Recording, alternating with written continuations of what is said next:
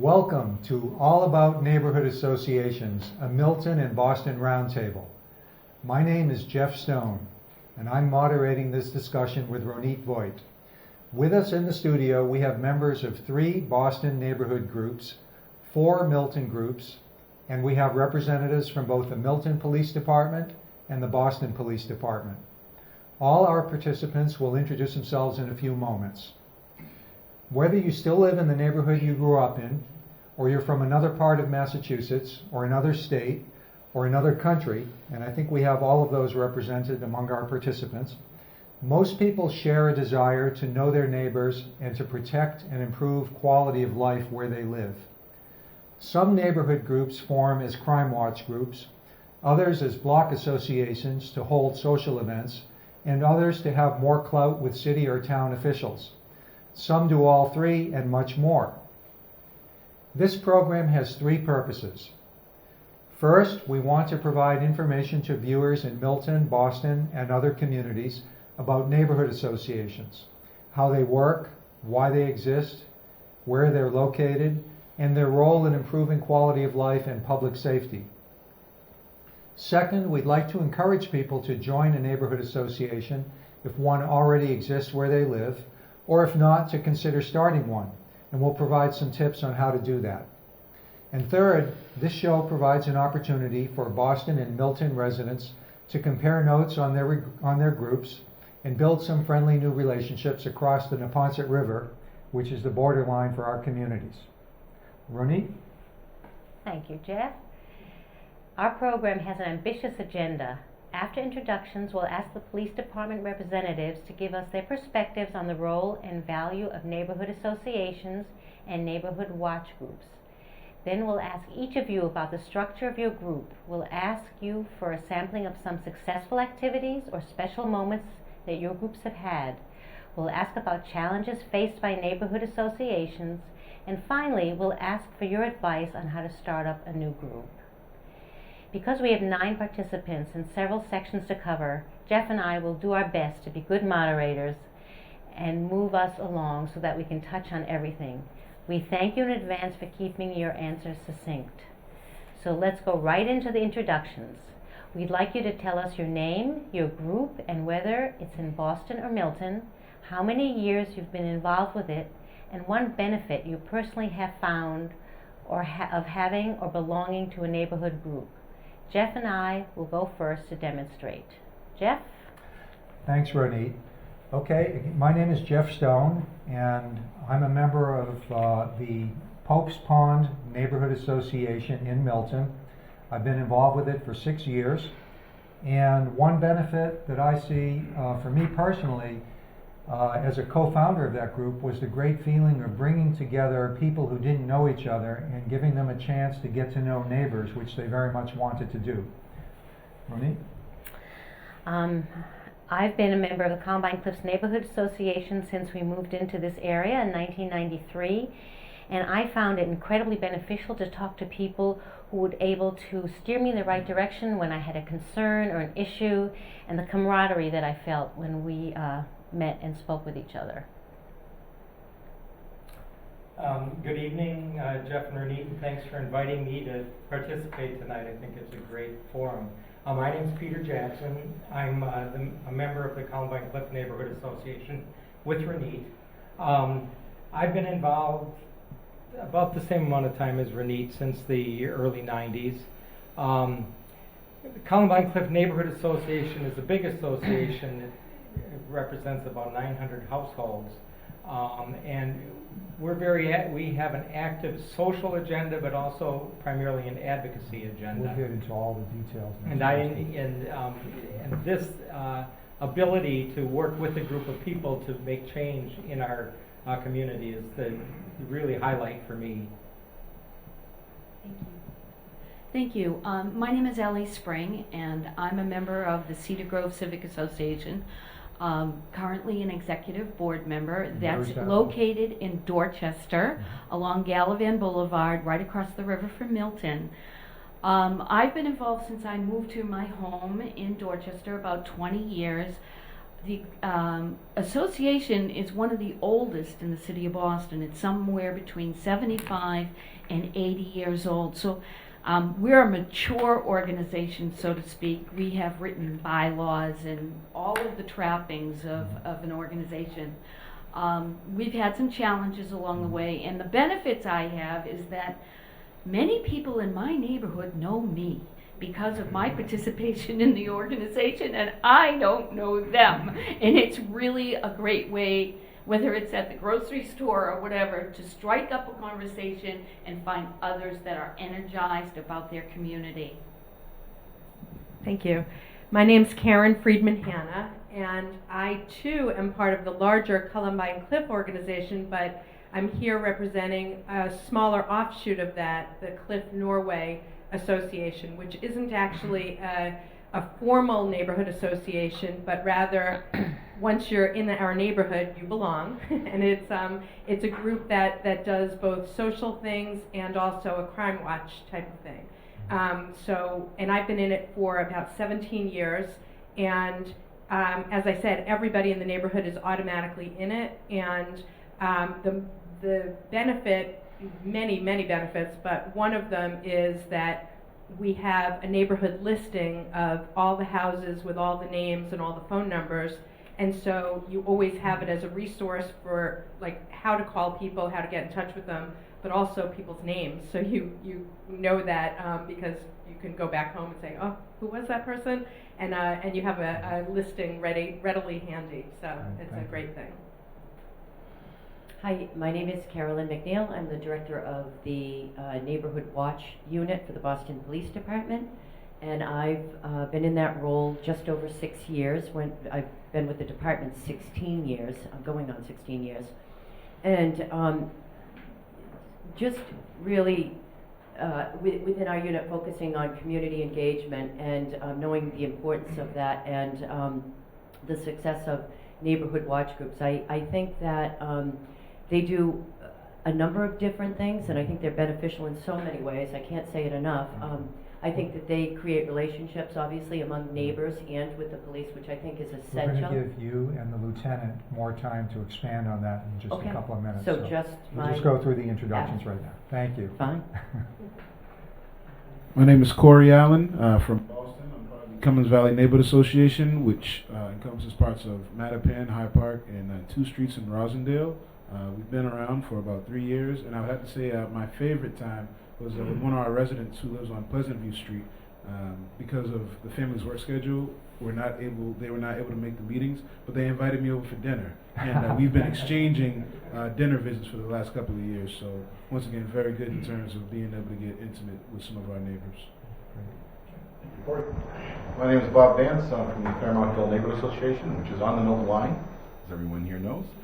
It's a very large, pretty well established association. Park, right? From it goes for probably started in the 70s, 75, all the way, and then it dropped off. I've been involved since 2002, and I've been a chairman for about 9 or 10 years as a chairman, a little over the bylaws.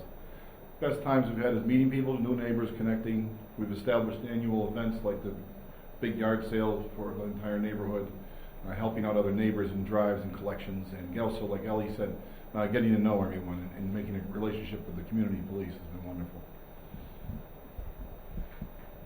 Good evening, my name is Mark Albert. I'm a lieutenant with the Town of Milton Police Department.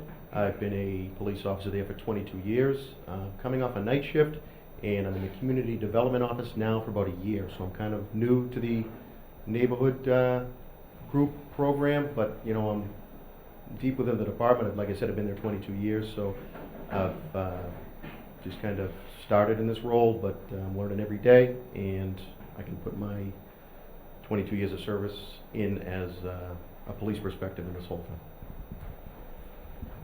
Thank you. My name is Rika Mash, and I am one of the co-chairs of the Pope's Fund Neighborhood Association here in Milton. I co-chair with Jeff Stone and Audrey Barzy. We started in April of 2008, so we've been around for about 60 years now. And what I like about a neighborhood association is that it gives us the opportunity to welcome new residents when they come in the community, to encourage interactions among ourselves, and also to promote civic duties among our neighbors. And you'll learn a little bit more about that later when we talk about some of the activities that we do as a neighborhood association. Hi, I'm Forbes Sargent. I'm co-chair of the Milton Hill Neighborhood Association, which is in Milton. I've been involved for over 10 years with the association, and I'm currently co-chair. I think one of the things that has been best for us is we're right on the edge of a business district, and there's a lot of development, and we've become sort of the go-to perspective of the neighborhood for developments and other goings-on in the area, and it's been great to have that perspective and to be the first to hear about new developments and to be able to share the input of the neighborhood with the town. So. Great, thank you. We'd like to move on now to talk a little bit more with our representatives from the police departments on interactions with crime watch groups, neighborhood watch groups, neighborhood associations. So here's what we'd like you to tell us. Again, your name and what you do with your police department. You may have already said that. Your view of the value of neighborhood groups from the perspective of public safety, police community relations, and maybe an example of a time in your job when a neighborhood group really made a difference in terms of public safety. Carolyn, would you like to go first? Again, Carolyn McNeil, Director of the Neighborhood Watch Unit, Boston Police Department.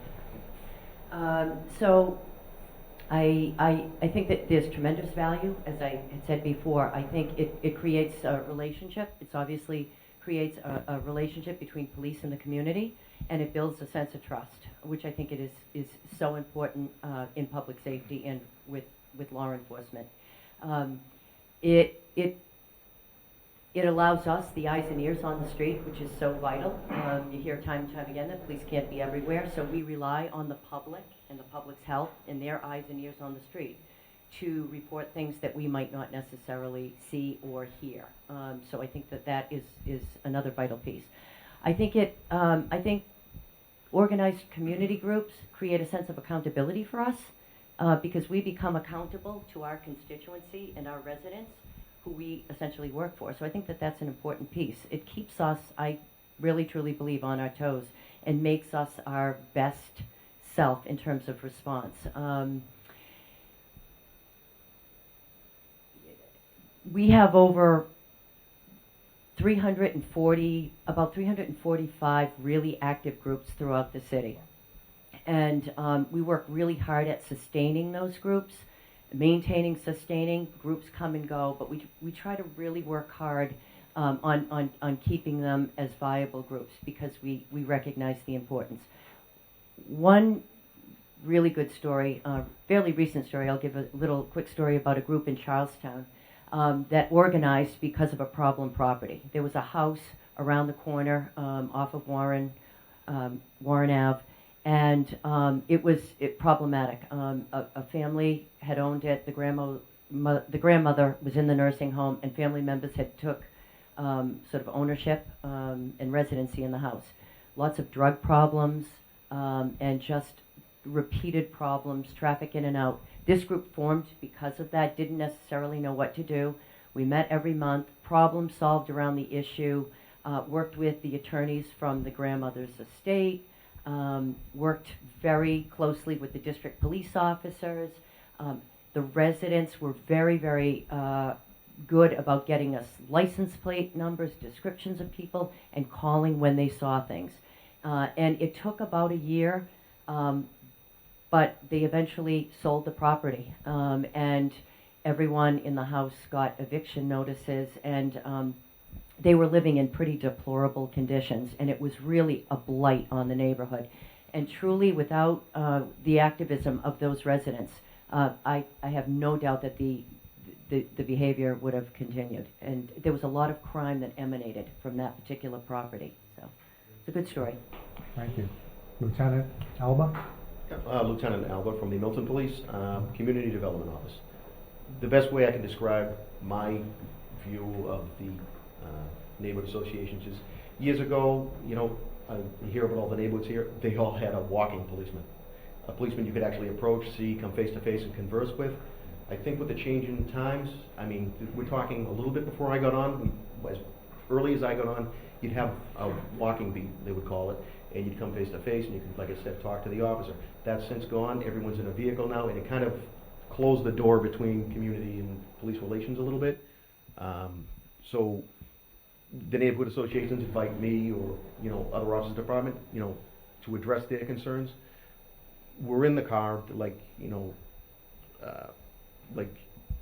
before me she was just saying, you can't be everywhere. You have a limited personnel, you have limited time, so the community groups basically can be eyes of what's going on. The best part about Milton is its proximity to Boston, and some of the worst is its proximity to traffic. If the congestion, this town is rampant with it, so sometimes a traffic issue that you may not know, someone who lives in that street sure will know, and they'll let you know, and you'll hear about it, and you'll address it in the best way you can. On a side note, on a criminal aspect of it, it's a house break. That person in the neighborhood association knows every vehicle that belongs in that neighborhood, knows every person that belongs, and sometimes they can just see something that doesn't look right, don't recognize it, they call us and it solves a crime. And it usually doesn't solve one, it usually solves 10. If someone's doing a house break, a car break, or in this town as well, you have youth problems, youth drinking, vandalisms and things like that. So all these calls come to us, and we know about them through the community and through the involvement in neighborhood groups, and by working with them, we can almost get a jump on it, a head start, and sometimes attack the problem before it starts. Right. Thank you. It's obvious that neighborhood associations are important to both departments, to the police. Rooney? Okay, we're going to shift gears a little bit and talk about the structure of the neighborhood groups. If you could tell us briefly, when and how did your group get started, and how many members do you have approximately? Do you charge dues? Do you have annual elections, officers, committees? Who'd like to start? Pete? I'll start. Columbine Cliff Neighborhood Association started in the mid-'80s, and it really was founded as an advocacy organization. The first issue they took on and really founded about was commercial traffic from an industrial use in the neighborhood, and one of the streets at the heart of our neighborhood is a very narrow residential street, and these big commercial vehicles were overwhelming the street and making it a very dangerous place. And so the group came together. The neighborhood, as I mentioned earlier, involves 900 households. We do have a membership, but it's a very voluntary membership with a minimal dues, and those funds help us distribute. It used to be about twice a year, 2 or 3 times a year, we'd have a newsletter that went out to all 900 households. We have an annual social event in the neighborhood that's been a lot of fun and a real way to bring neighbors together. And so it really started as an advocacy organization. As Forbes said, we also have become kind of a voice for our part of town in development proposals. We get very much involved in working with the planning board, working with the ZBA, working with the Board of Selectmen. What does ZBA stand for? The Zoning Board of Appeals, and the Board of Selectmen on issues of development and other community-wide issues. Right. Great. Why don't we go this direction? Corey had his hand up, please. So Cummins Valley Neighborhood Association, we've been around, I think, formally for about 3 years, but about 4 years ago, there was a concern expressed to myself and some other folks in the community that there was no community group. There had been one, but it had been dormant, so there were issues such as noise violations, businesses trying to move in, and they would have to speak to organized groups in order to get a yes or no before they go to the Zoning Board of Appeals, but there was no sitting group, so I organized a few special meetings, and every meeting someone would ask, when is the next meeting? When is the next meeting? And I would say, well, I will get back to you. So at some point the folks said, look, let's just get together because we are having numerous issues in the neighborhood, and we would like to be able to come together monthly, in fact, to address them. So roughly speaking, between telephone and email addresses, we have about 40 families that are engaged throughout the neighborhood. No dues, We work with our folks over at E18, Sergeant Manning, Officer Broderick, and they in fact help us get out flyers and anything that dues would usually cover. Great, thank you. Bob? Oh, yeah. I'm talking for the Fairmount Hill Neighborhood Association, where I used to be the chairman for so many years. Back in the '75, it was formed out of the fact that there was a hazardous waste site, Lewis Chemical, down in the Ponset River. So the neighborhood got together to help put that, have that thing shut down and fenced off, and it's finally been torn down as of just last year. It is still a brownfield issue though for us. 2002, the neighbors, the organization went dormant. In 2002, a bunch of us called everybody together when we flyer the neighborhood and got people back together and asked for volunteers to jump on and see if we could resurrect an active neighborhood association. We did, and it's been very successful. We probably have at times maybe a couple hundred members, even though there's 1,800 homes up there in what we call our boundaries, from Dana to Brush Hill to Truman. And we only have probably about 100 to 120 active members during the course of the year. We meet monthly. We used to break for the summer, but now we meet monthly for consistency. We do a lot of flyering. We do a lot of emails. We have a website. We're very active with the police. That's a very important issue, or rather a relationship with Sergeant Manning as well. They have them come in and fill us in on the crime watch. We have a $10 a year voluntary dues, and the money goes into helping pay for events and covering costs. And we also have a garden club, which takes care of the public spaces. You'll see that right on Truman and Beacon Street. You'll see it up on Metropolitan and Beacon. And also, there's one other spot, Highland. We take care of those public spaces with the funding from that. We also get donations for that too. But, helping out, getting rid of nuisance stores, keeping an eye on a bad property or abandoned car parked on somebody started hoarding. We could alert the police. There's lost up road dogs in the neighborhood. All these things come into play when you have a lot more people with eyes on the street and they feel a bigger sense of value. Great. Rika? As I mentioned before, this is Rika, Pope Spot Neighborhood Association.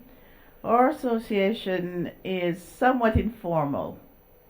We don't have bylaws. We started this association out of the fact or recognition that Milton was becoming more and more diverse, and we felt that some of the new residents didn't know about all of the resources and exactly how to go about meeting neighbors and enjoying the amenities and facilities of the neighborhood association or of the community. So we started the association. Jeff, Audrey, and we met around our dining table, my dining table, and we talked about what we can do to form this association. We developed boundaries. We came up with a name for the association. We decided on information to go on a flyer, and we made up flyers, about 300, divvied up among the three of us, and went door to door, dropping off the flyers and talking to neighbors and inviting them to meetings. We didn't, at first, when we put together or decided on the date, we also booked the community room at Winter Valley. We had no idea how many people would show up for this, but on the scheduled date and time, about 20 people came, and we had a very good meeting. Since then, we started out having monthly meetings to keep the momentum going. We have about 95 members on a mailing list. We don't charge fees, but we do have social events like cookout in the parks, and when we have those events, people contribute to that. So as mentioned before, it's informal, but we do manage to get people together to interact, and that's kind of it, basically. So the Milton Hill Neighborhood Association was formed in 1987. out of a group of concerned neighbors looking to express their collective opinion about the issues going on.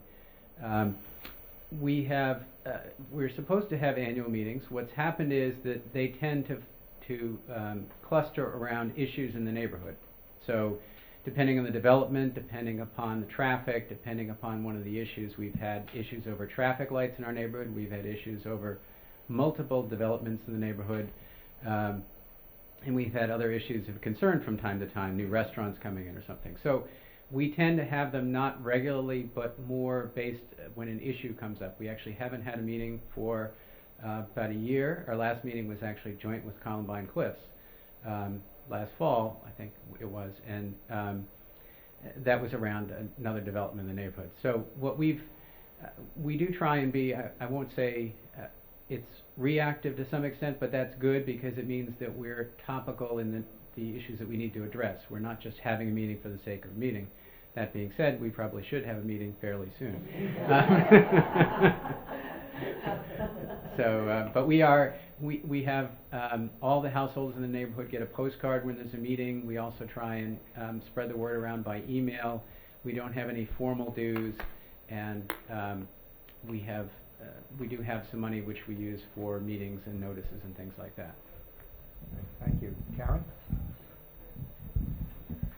So our neighborhood group is not an official association, as I said before, so we don't have any organizational structure to it other than somebody taking charge at the time to call something or to alert people about things.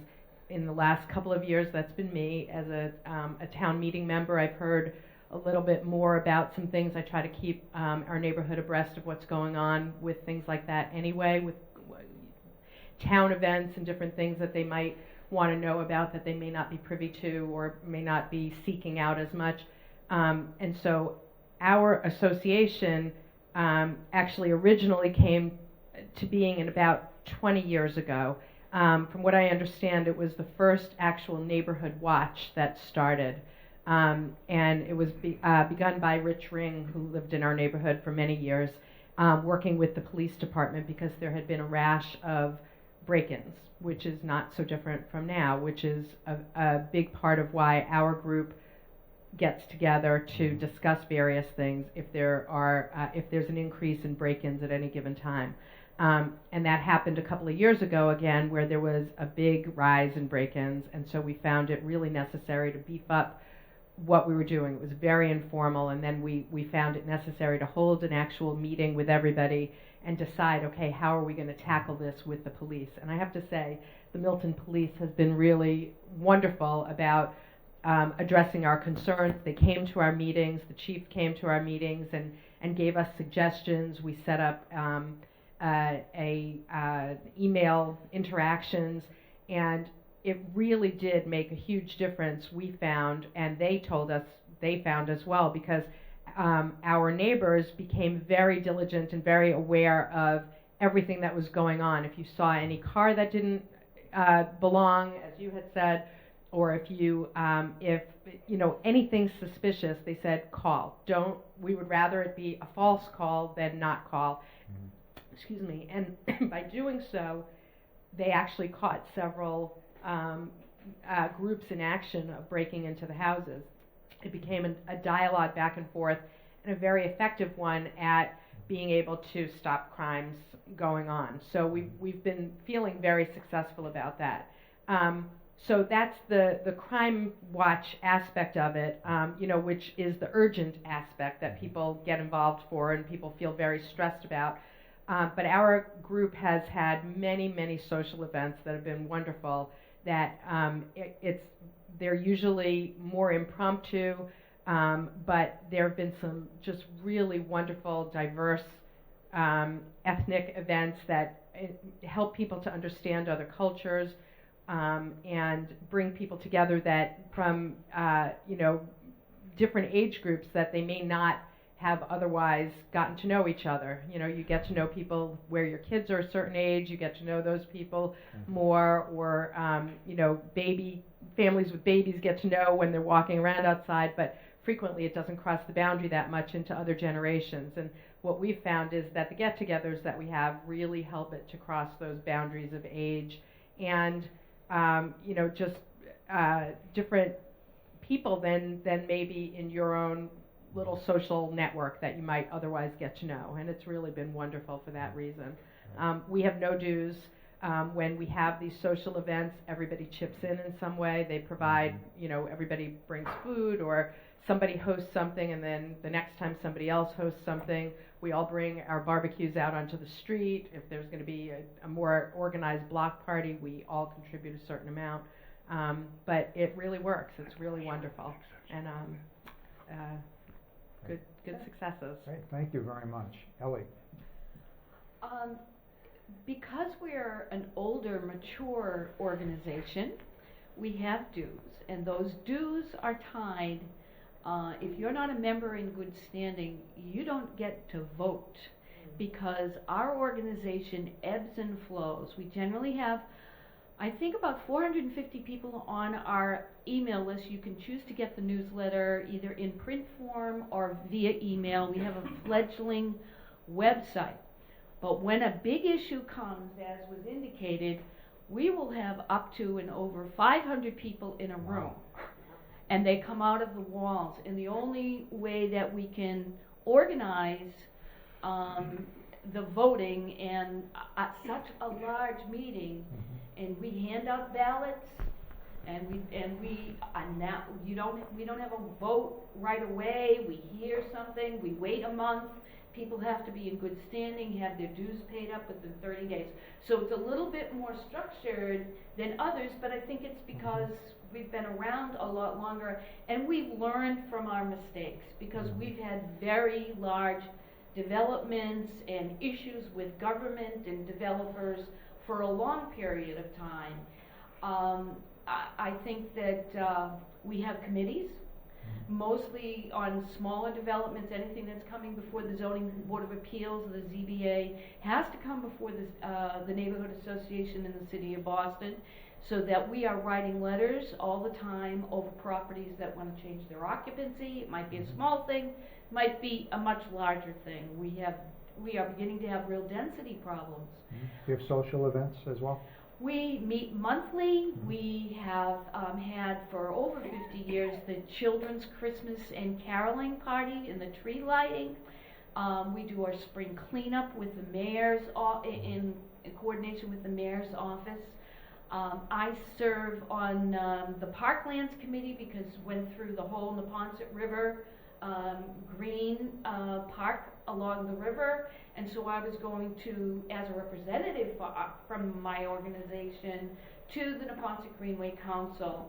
And also many meetings. I've been in the Milton City Hall over developments that have been at the edge, or the Conservation Commission, where there are impacts that involve both communities, and so we put our 2 cents in. I think that's where I first met Pete. Yeah. We're united, divided and united by the Neponset River. Exactly.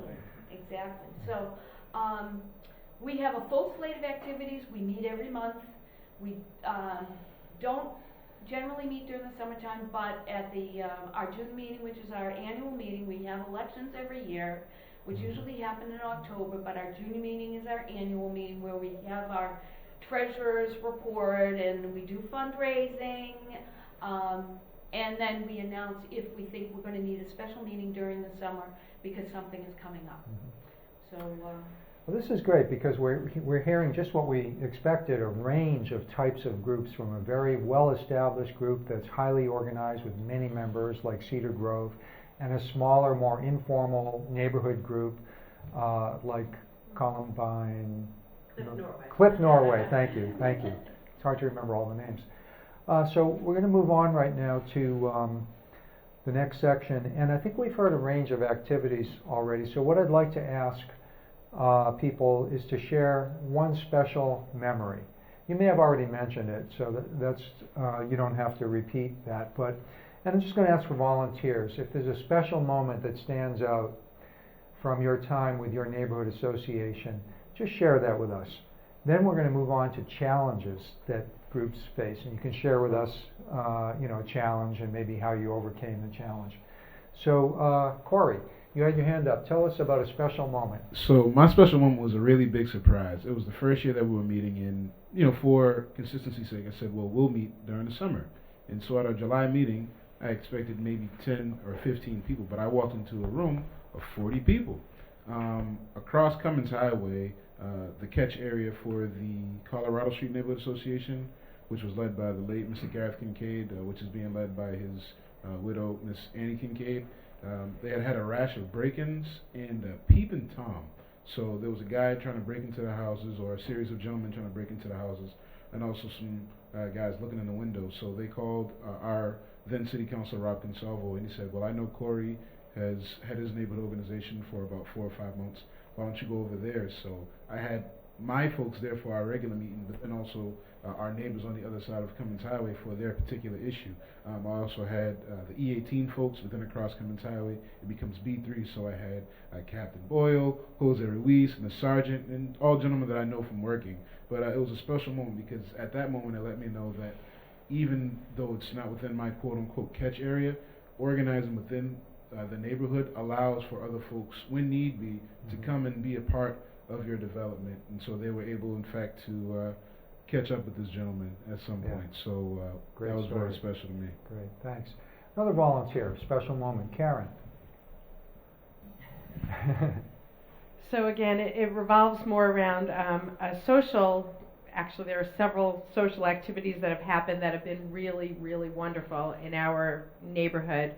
That's brought so many people together. But one that's been an annual event that kind of morphed even a little bit further this past year is we have a family who the mom in the family is Vietnamese, and their kids are Vietnamese, and they host a harvest festival each fall to highlight the Vietnamese harvest moon, actually, and they have everybody, all the kids in the neighborhood, and they could bring friends if they want, and the family provides the paper lanterns that are known in Vietnam that they do at this time, and the kids all carry the candles in the paper lanterns, and we do a parade around the block that everybody marches in, and then you go back to this family's yard and they read the traditional stories and storytell the different folklore about how the man got in the moon and everything, and different really beautiful stories, and the kids just sit spellbound to it, listening and being a part of it. And then they serve all different types of Vietnamese desserts and snacks, and everybody it's just such a wonderful cultural event, and it just works. It's just really lovely. And then this past winter, it was in the midst of a blizzard that we had, one of the many blizzards it seemed that we had this past winter, and this family put out an email to anybody that was stuck and feeling totally isolated by the storms to come down to their home, and we were going to have a bit of a feast all together. And they had we all made spring rolls together, and we all did various things, and again, it was just such a wonderful neighborly thing, and told stories and brought everybody together by the fireplace, and the house was packed with people of every age, and it was just lovely. And some people knew each other really well, some people had hardly met each other, and it was just warm and wonderful, and that's what we've had many things with. For sharing that with us. Let's take one or two other special moments.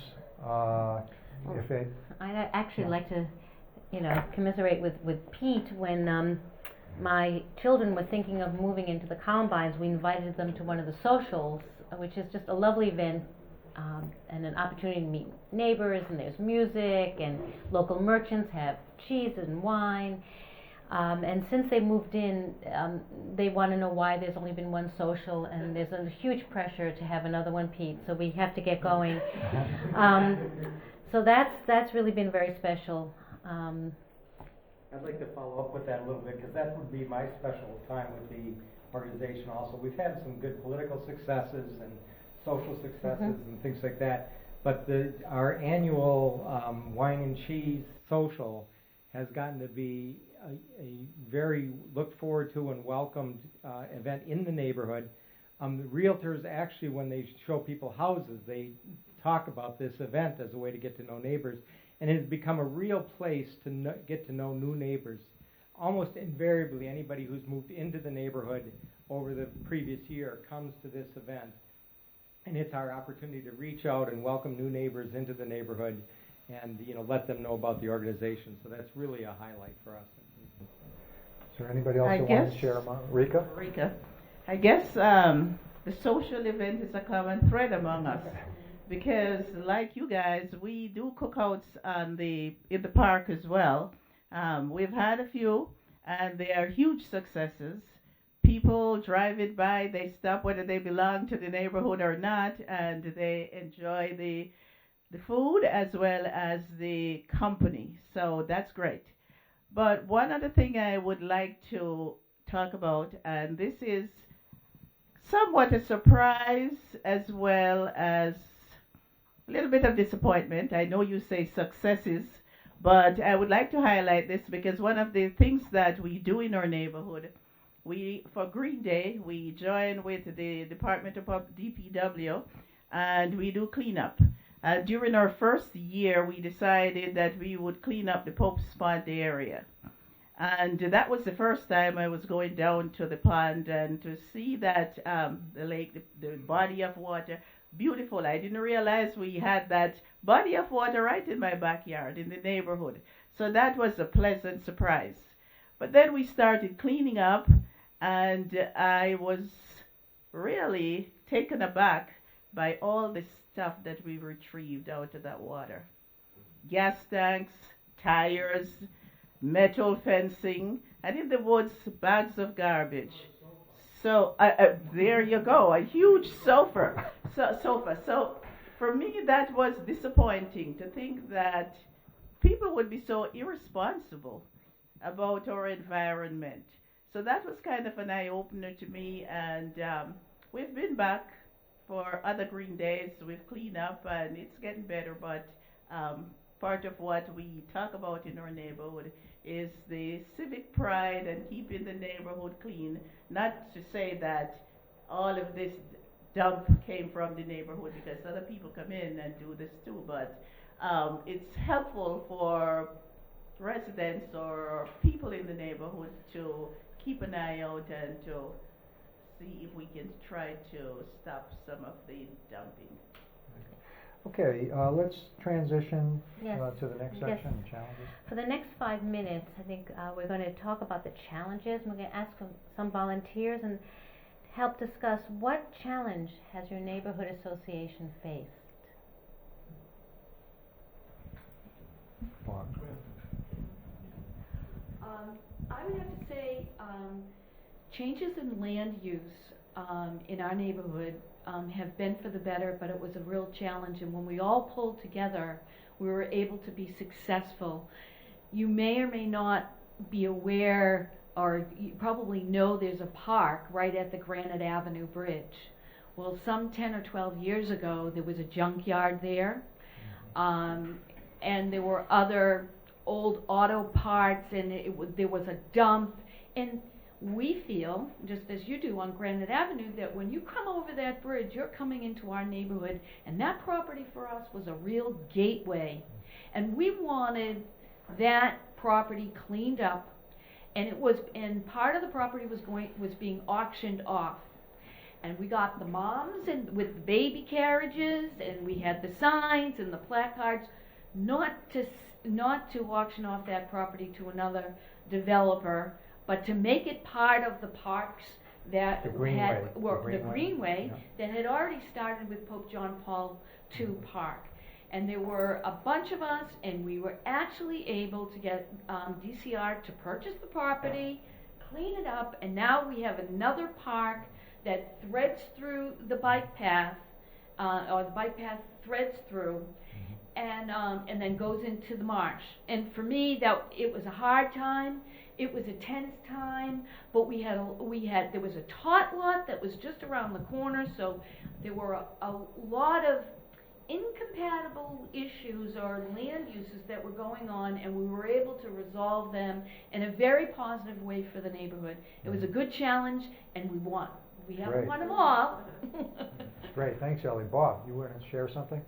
When you were talking about challenges, one was to getting outreach to the neighbors, to the neighborhood. And I finally overcame, and this is also one of my happiest moments too, was I put the flyer, the heading of the flyer, the welcoming flyer out, and I put the top of the flyer with your neighborhood welcomes you to come to the meeting. I put that in 7 languages. And then I walked in and there were 100 people there. I was killed. I was blown away by it, because normally you get to 25 to 45. But by adding I didn't translate the whole flyer, just the heading. I didn't know you spoke 7 languages. Google. Bing translator.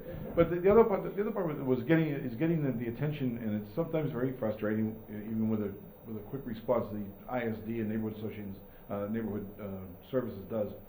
When you have a house that's being under development, and they just haven't quite get their variance, they haven't quite got their act together. That thing is sitting there, and it's a real big fire hazard. Mm-hmm. And this is a real threat to the entire neighborhood, to all the surroundings, certainly the abutters. And those have been kind of challenges to get that through. But the more established and the more and actually the friendlier your neighborhood association is, there's a message in this, that you get a lot more attention from the politicians, from the right neighborhoods, from the right government groups. And you can when you have that action turn around, that's a very good demonstration. And you want to keep those people who are engaged in those projects that helped you with that one issue. You want to keep them on. You have to hang on to them. So that is a challenge, because sometimes people come in for one issue and they leave. Mm-hmm. Oh, that was my issue. Thank you. And bye bye. Yeah. No, you want them to keep. They owe you now. So Renee, I think we have time for one more example of a challenge. Did somebody else? Sorry, Carolyn. Please. I think the challenge for us is keeping these groups going. A lot of times people will organize because of a major issue. It could be an act of violence, an incident, or something that's pretty profound that's going on in a neighborhood. And the challenge for us is to keep these groups going when nothing is going on, or the perception that nothing is going on. Mm-hmm. How do you try to do that? Well, I think so. I think the social events are one way, and mm-hmm. we sort of encourage people. I mean, the Neighborhood Watch Unit, Neighborhood Crime Watch Unit, started 30 years ago, and it was really focused on crime. And I think definitely in the last 5 to 8 years, I think we're focusing more on the quality of life, and we've sort of broadened our approach to the Neighborhood Watch. We don't call them crime watches anymore, because we really want to take a more broader approach to neighborhood engagement and organizing. So the idea that being if there's nothing going on, it's not necessarily a bad thing, but that doesn't mean that you shouldn't meet.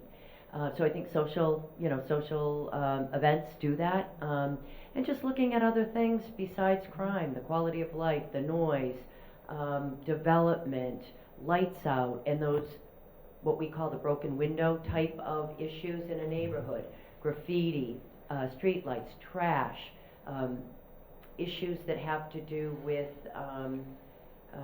people not keeping up with their property. So I think that really, again, those issues invite crime. So we want to focus on those issues as well, so that people don't feel free to commit crime in a neighborhood. So I want to give Pete a chance for one more challenge that you faced. If you can do that briefly, and then we'll move on.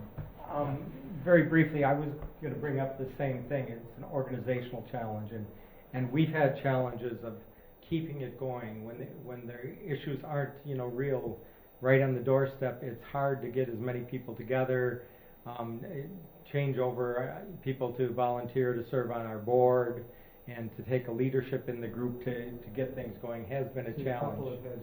Too. How do you address that? Well, we haven't found the perfect solution yet. Maybe we need an issue to rally people again. But I think there are a lot of people in the neighborhood who have talked to us about reinvigorating the organization. And I think a positive effort by a few people to get things going again and get us back on track will help us get moving again. And I think the newsletter that we send out, informing the entire neighborhood of what's going on in their neighborhood, and we ask people to become board members, and I think the more we engage, the more we'll get volunteers. So we want to move on now to the last area about starting a new group. Now, some of the groups we know started decades ago, and other groups like Cummins Valley and Pokes Ponds started very recently.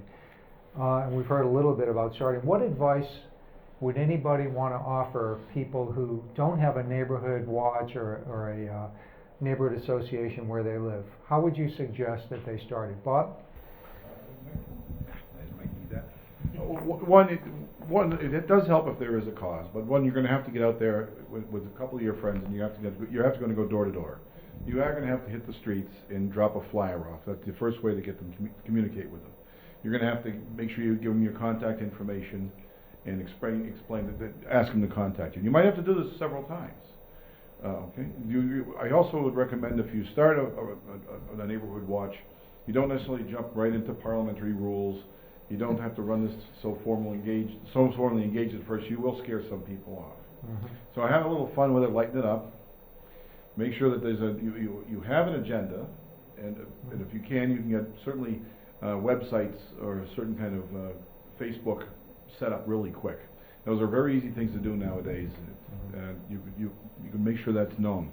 Once you do that, you can start establishing informal meetings. Get their feedback. That was the fastest way I could see doing it. But I also say, if you want volunteers to stay on, I changed the term for a board member just from 2 years to 1 year, and I explained to them clearly that I only expected maybe 4 to 8 hours of maybe a month, 4 hours a month out of them, probably tops. They'd have to really work on it. If they want to stay on, they'd stay on. A board member should stay on for 2 years, but you can see what the problem is. I was there for 11 as the chairman because no one else wanted to do the job. Hey, you're doing a great job, Dan. You stay right there. So you have to have.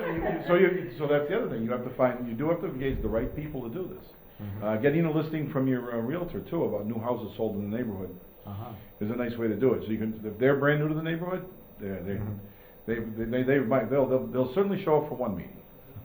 Right. I know Banker and Tradesman newspaper lists new homes that have been purchased. Something else. You can present them with things like what's the latest. Give them the menus, or give them the stores, give them the schedules that they might want to know about. They like you, Ali said it. You said Rick said they don't know what's going on, what the services are. So this is a good way to get them involved, and if they come in once a month or twice a month or once every month, every other month, that's the way to start. Excellent. Yeah, Karen.